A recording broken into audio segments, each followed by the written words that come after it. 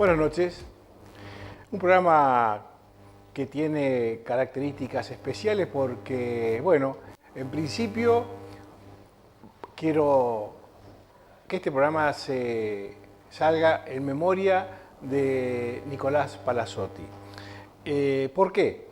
Porque considero, ha sido una persona, un ciudadano, donde saltó la grieta, donde la empatía, la afinidad con el que opina distinto, era una constancia en su vida. Entonces, son tiempos donde nos permiten reflexionar acerca de qué nos está pasando a los argentinos, porque pareciera que todo se sumerge en la grieta, cuando en realidad tal vez no sea tan así. Así que por eso quiero que este programa vaya en memoria de Nico Palazzotti, también para que nos traiga un poco de claridad, teniendo en cuenta y recordando su vida social y política.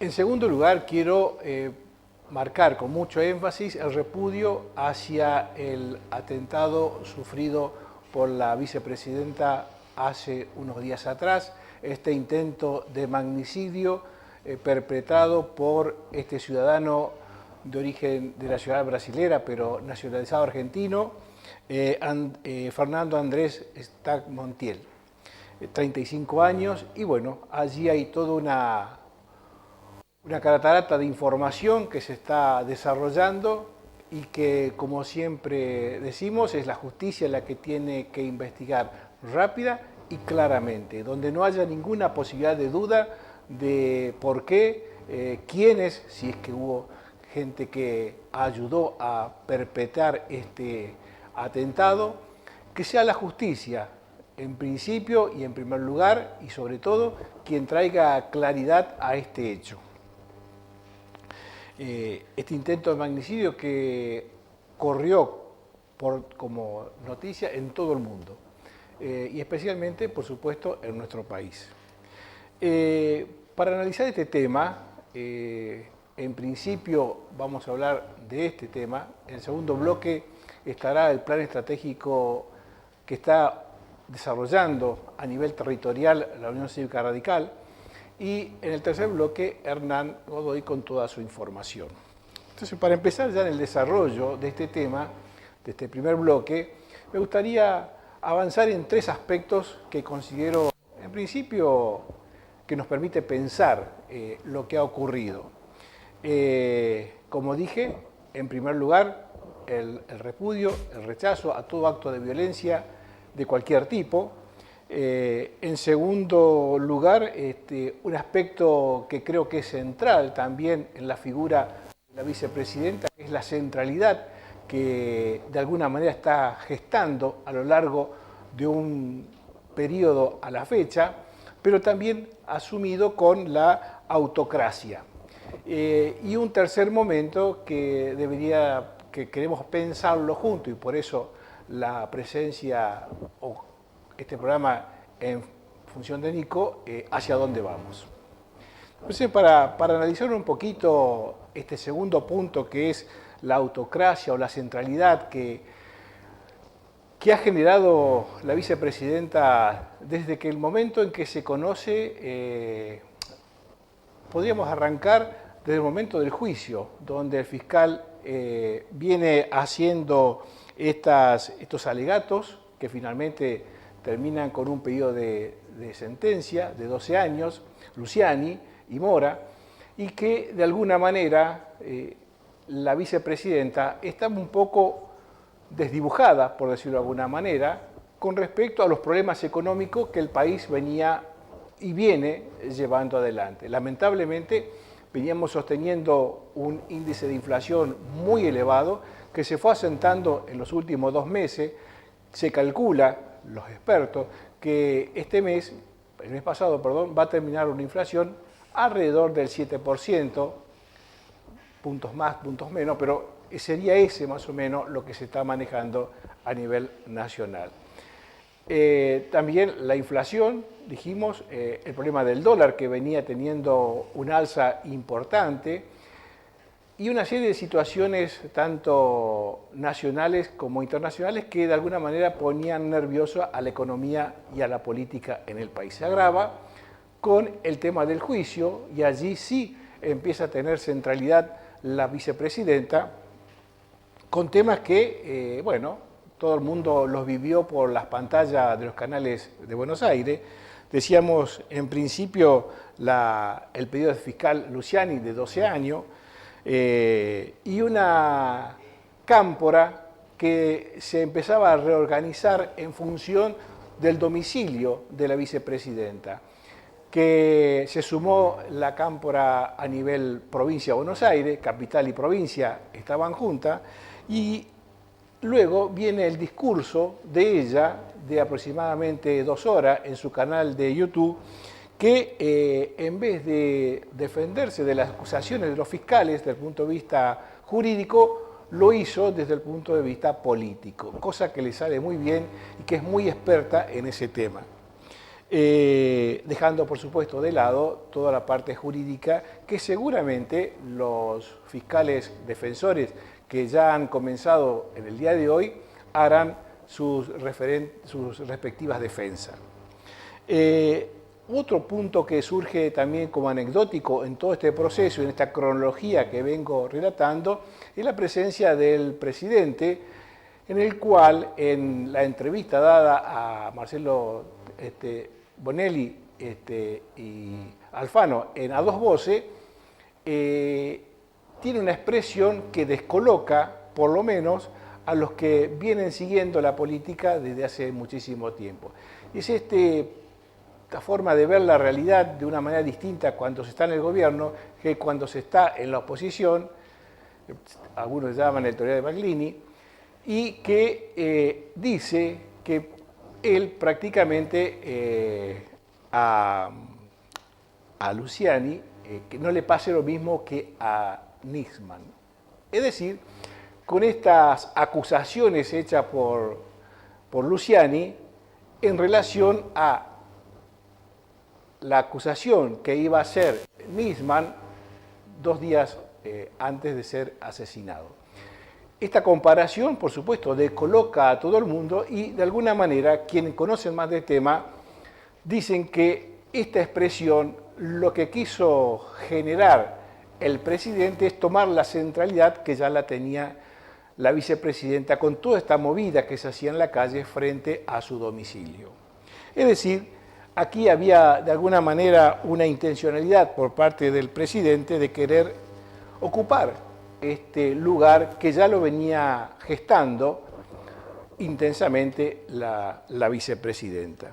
Entonces, otro tema que aparece en el escenario son las vallas sí o vallas no. Es decir, la cámpora que quería que las vallas sean eliminadas de ese lugar para poder tener mejor accesibilidad a la presencia, a la figura de la vicepresidenta, y por supuesto la Ciudad de Buenos Aires con la policía de la ciudad que impedía que a través de las vallas los manifestantes se pudieran acercar a ella para protegerla, sobre todo a ella y a los vecinos de la ciudad, de esa zona de la ciudad.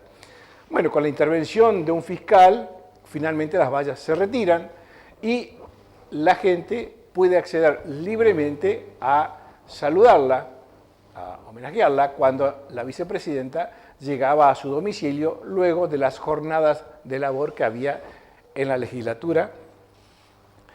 Tema que aparentemente da pie a que este intento de magnicidio se efectúe, y aquí está la justicia la que tiene que velar por toda esta información y hacerla que rápidamente se conozca desde el punto de vista oficial, la aparición de este señor, Fernando Sabat Montiel, que intenta asesinarla, y las cámaras así lo registraron con una pistola que versa la marca, y que se ve muy bien cómo este señor, este sujeto, intentó fallidamente, y gracias a Dios, el disparo no salió y no hubo un desastre mayor.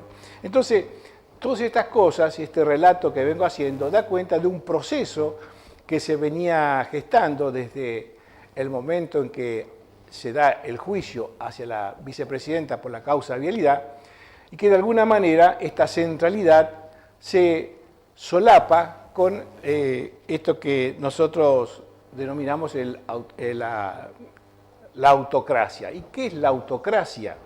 Es esta situación que viven algunas personas del mucho poder, en este caso gobernante, que se creen por encima de todo y que la ley, el Estado, son ellos. Entonces, por encima de ello no hay nada, solamente el ego y el deseo de ser cada vez más libre de todos aquellos atajos que las democracias le traen, como por ejemplo la justicia, los poderes legislativos y el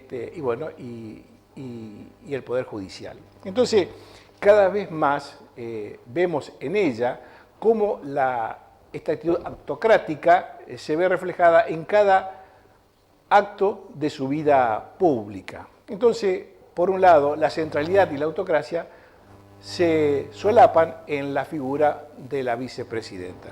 Hecho que, por supuesto, pone de alguna manera en jaque todo lo que significa la República en materia de división de poderes y, por supuesto, teniendo en cuenta estos procesos que se van llevando adelante, que son judiciales y también políticos. Luego, vuelve a tomar centralidad ella cuando pide que se revea la autonomía de la ciudad de Buenos Aires, cosa que la Carta Magna del argentino, la Constitución, lo establece en alguno de sus artículos, y lo llamativo de esto es que ella era secretaria de redacción justamente de esta Carta Magna que, por ser abogada, conoce perfectamente que es imposible que tenga viabilidad estas ideas o proyectos que pretendía, entre comillas, llevar adelante como consecuencia de quitarle esta autonomía que tiene la ciudad, porque está consagrada por la Constitución Nacional. Entonces, es este juego que tiene de buscar siempre la centralidad, que de alguna manera conocemos y sabemos que estas personas que buscan estar siempre en la palestra, en el escenario, ser foco de atención del mundo, debe ser constante, porque así como las cámaras se apagan y desaparezco de la pantalla, lo mismo ocurre con aquellas personas que buscan esta centralidad por el solo efecto de generar estas noticias que suelen ser a veces de alto impacto pero de poca eficiencia. Ahora vamos al tema de la investigación. ¿Qué ha pasado con la investigación? Temas que, bueno, usted ya lo ha visto en los diferentes canales. Las custodias, no voy a hablar de ninguno de estos temas, solamente lo voy a mencionar porque seguramente fueron mucho mejor desarrollados por los canales y por periodistas a nivel nacional.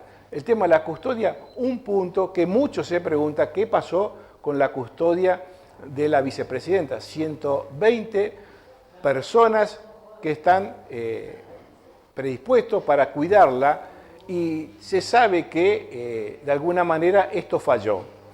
Y no es la primera vez que falla la custodia de la Policía Federal cuando tiene que custodiar a personas extremadamente importantes como es la vicepresidenta. Fallaron cuando lo tuvieron que custodiar a Nisman. Así que hay una suerte de signo de pregunta sobre cuán eficiente es la Policía Federal en el tema de custodio a estas celebridades desde el punto de vista de la política. La otra es por qué se escapa el atacante, por qué este señor, Abad, se escapa, sale de ese lugar y es aprehendido por una especie de custodios de la cámpora que estaban allí y que finalmente lo atrapan, según dice el mismo Fernando, le pegan como para, de alguna manera, ponerlo en una situación de resguardo, es decir, para que no se siga escapando, y Y dicen algunos que al escaparse, personal de la policía de la Ciudad de Buenos Aires lo detiene, cosa que no se ha probado que esto sea cierto, pero algunos lo dicen.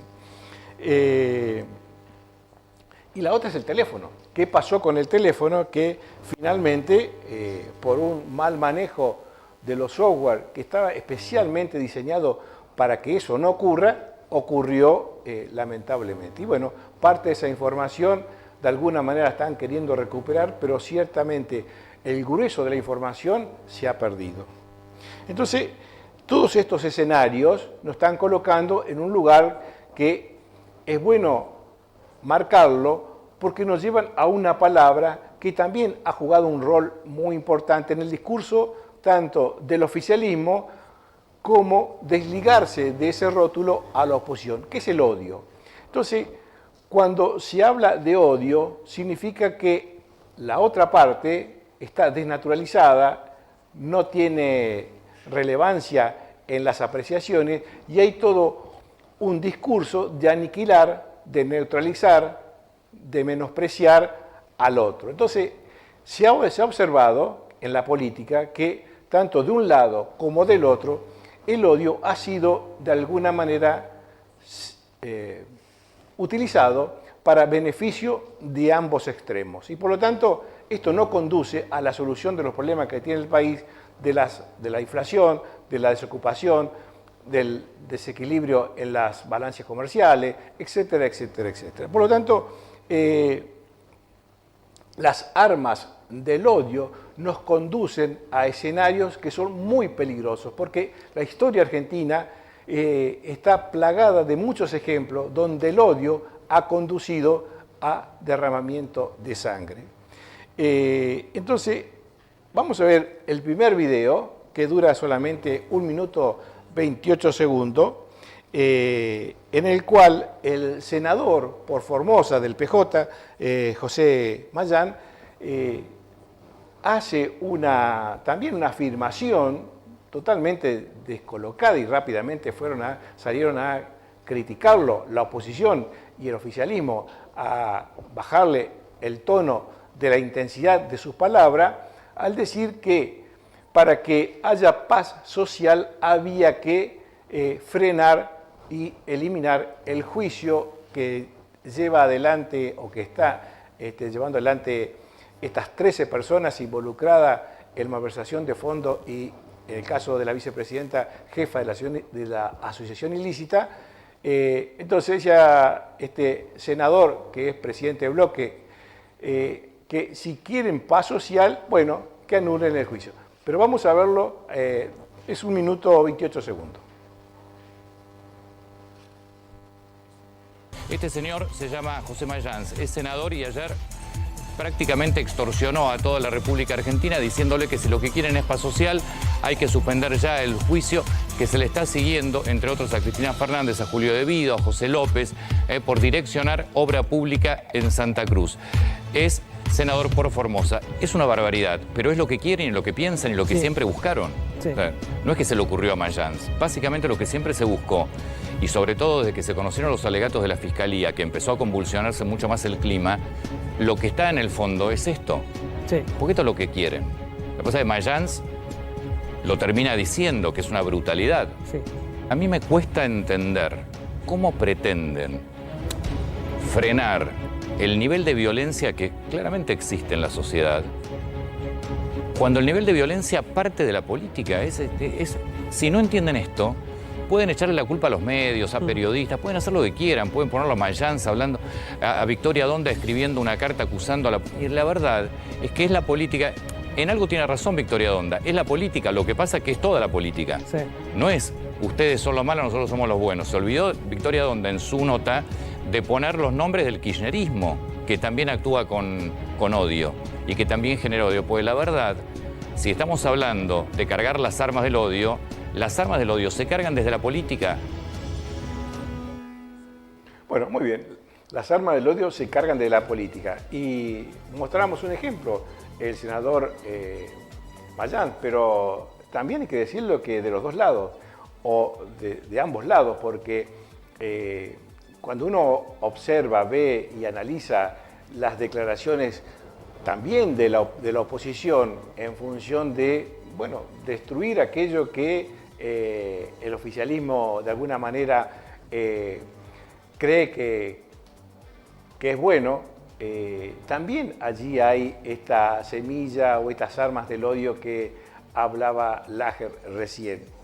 Entonces se crean estos dos bandos, por un lado, ¿no? Es decir, desde el oficialismo que plantean, bueno, que por allí es un lobo solitario, que por allí un loquito suelto, que hay un complot para mucho más grande que simplemente esta persona, y por otro lado, el descreimiento, diciendo, bueno, que todo es un show, que no se le cree que ello ha sido tan así, que está armado por no sé quién. Entonces, esta desconfianza que se genera de un lado con respecto a lo que dice el otro, bueno, alimenta este odio que de alguna manera ambas partes, por decirlo, fogonean permanentemente.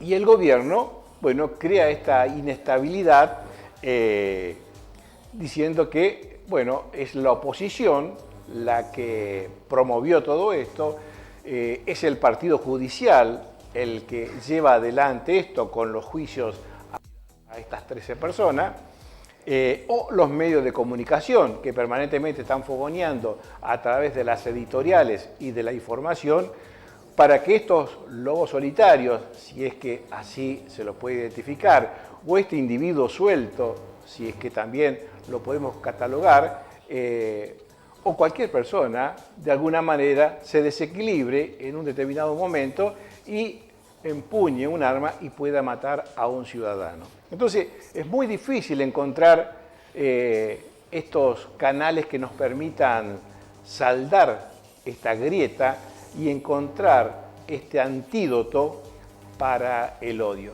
Creo que, como lo dije al principio, en el caso nuestro de Feliciano, la presencia de Nico a través de su historia nos trae un poco de claridad de cómo se debería proceder. Pero no solamente Nicolás, porque los hay también muchos de muy buena, como se dice habitualmente, madera, gente peronista, radical, independiente, que trabajan permanentemente, incesantemente, para que esta grieta se salde, estas heridas se cicatricen y que no sangren por cualquier evento fortuito que muchas veces puede ocurrir, como por ejemplo una elección. Así que vemos el siguiente video, demora 2 minutos, ¿no? Y que tiene que ver con un dato que salió en las redes, sobre todo en los legisladores, donde para sostener esta grieta, para sostener este odio, algunas figuras muy importantes de la política dijeron que se estaba juzgando a todo el peronismo y que en la figura de Cristina estaba todo el peronismo sentado en el banquillo de los acusados. Y me parecía muy importante las palabras de Carlos, el senador Luis Nedernach, para aclarar que no es el peronismo el que está siendo juzgado, ni es todo el peronismo, solamente son personas que están siendo juzgadas por actitudes que han sido observadas por los fiscales y que, bueno, de alguna manera es en el campo de la justicia, donde hay tiempo para defenderse, donde se debe de esgrimir si son inocentes o son culpables. Lo vemos al senador haciendo esta aclaración. Se pretende juzgar al peronismo en el banquillo de los acusados. ¿Quién dijo que está el peronismo en el banquillo de los acusados? Esa es la épica. Está bien, ese es un relato. Es instalar la idea de que acá se está juzgando al peronismo en el banquillo de los acusados. Miren, hay un juicio, hay un señor que se llama Lázaro Báez. No sé qué historia tendrá que ver con el peronismo ni con la historia del peronismo. Es un señor de Santa Cruz que está siendo investigado por administración fraudulenta y por enriquecimiento. Y en ese banquillo hay exfuncionarios, fiscal que acusa y acusa a la actual presidenta del Senado. ¿Hay sentencia? No. ¿Hay condena? No. Simple acusación. Derecho de defensa y los tiempos procesales que lo marca un juicio. Punto. No se juzga la historia, no se juzga el peronismo, no se juzga un modelo político, no se juzga 12 años. Ese sí que es un hermoso relato que le sirve a un gobierno que se monta en este juicio y que se monta en esta épica para, desde la épica de la resistencia, porque supuestamente se pretenden juzgar la historia. ¿Saben qué es lo que se pretende con todo esto? Tapar la enorme inoperancia, incompetencia que tienen ustedes para gobernar. Lamento que no esté la presidenta. No hay mejor manera de tapar la incompetencia y la inoperancia que tienen para gobernar que con la épica institucional. Entonces nosotros, del juzgamiento, en este caso a una expresidenta de la República en una causa puntual, hoy estamos juzgando a todo el peronismo, hoy se juzga a todo el peronismo. Hoy todo el peronismo es Lázaro Báez. Para mí no es Lázaro Báez todo el peronismo, ¿eh? Discúlpenme. Lázaro Báez yo creo que no es todo el peronismo. Ni tampoco Cristina es todo el peronismo. Ni los 12 años anteriores son todo el peronismo. El peronismo tiene parte de su historia, pero no confundan. Punto. No mientan más.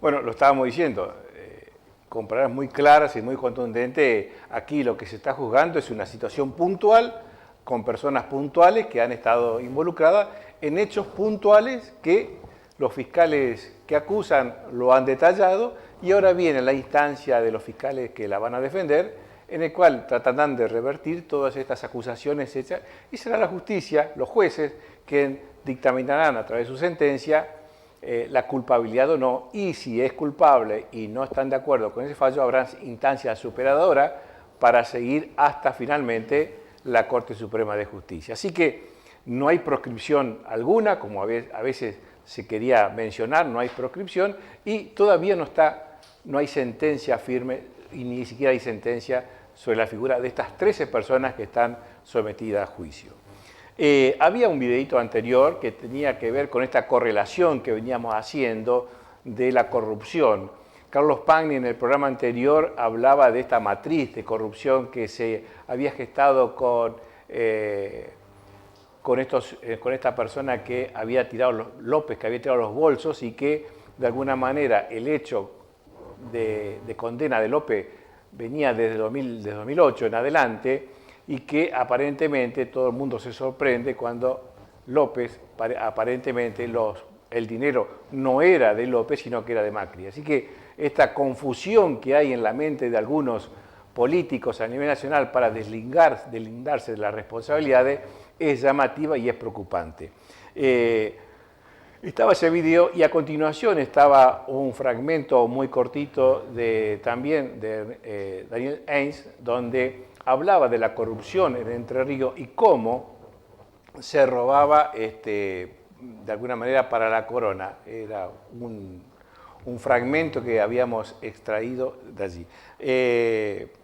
Imposible de mostrarlo porque hubo un error en la compaginación, así que decidimos no mostrarlo, pero sí viene un audio de una diputada provincial, Carmen Toller, que de alguna manera sostenía y reforzaba esta idea del video anterior. Así que la vamos a ver a esta diputada, donde prácticamente habla del robo para la corona, que es justamente la política, en este caso el oficialismo, en el cual estos negocios que lamentablemente suceden en nuestra provincia no son observados por la Oficina Anticorrupción, y por supuesto menos por el Tribunal de Cuentas, que está Lara ahí dibujado como una estampilla. Así que lamentablemente la provincia de Entre Ríos está inmersa en esta incapacidad para observar y mirar aquellos desvíos de dinero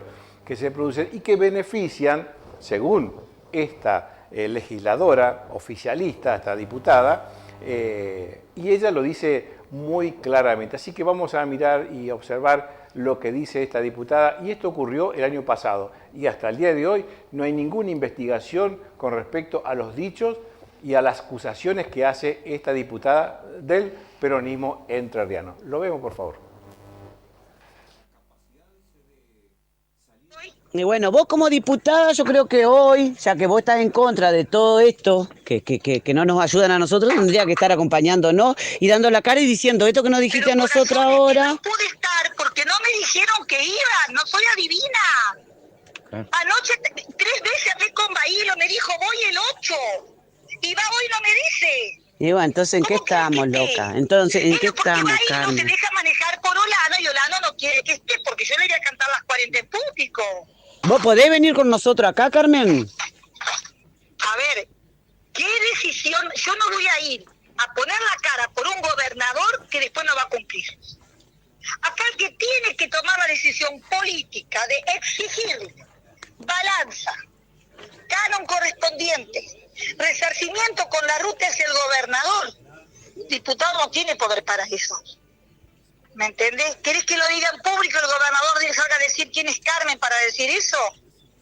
Cuando que sabemos que el senador es dueño de los camiones que pasan con la arena y por eso lo quieren tocarle el culo, y el gobernador lo sigue dejando como vicepresidente primero de la Cámara de Senadores, porque están todos entongados porque le llevan plata a la corona.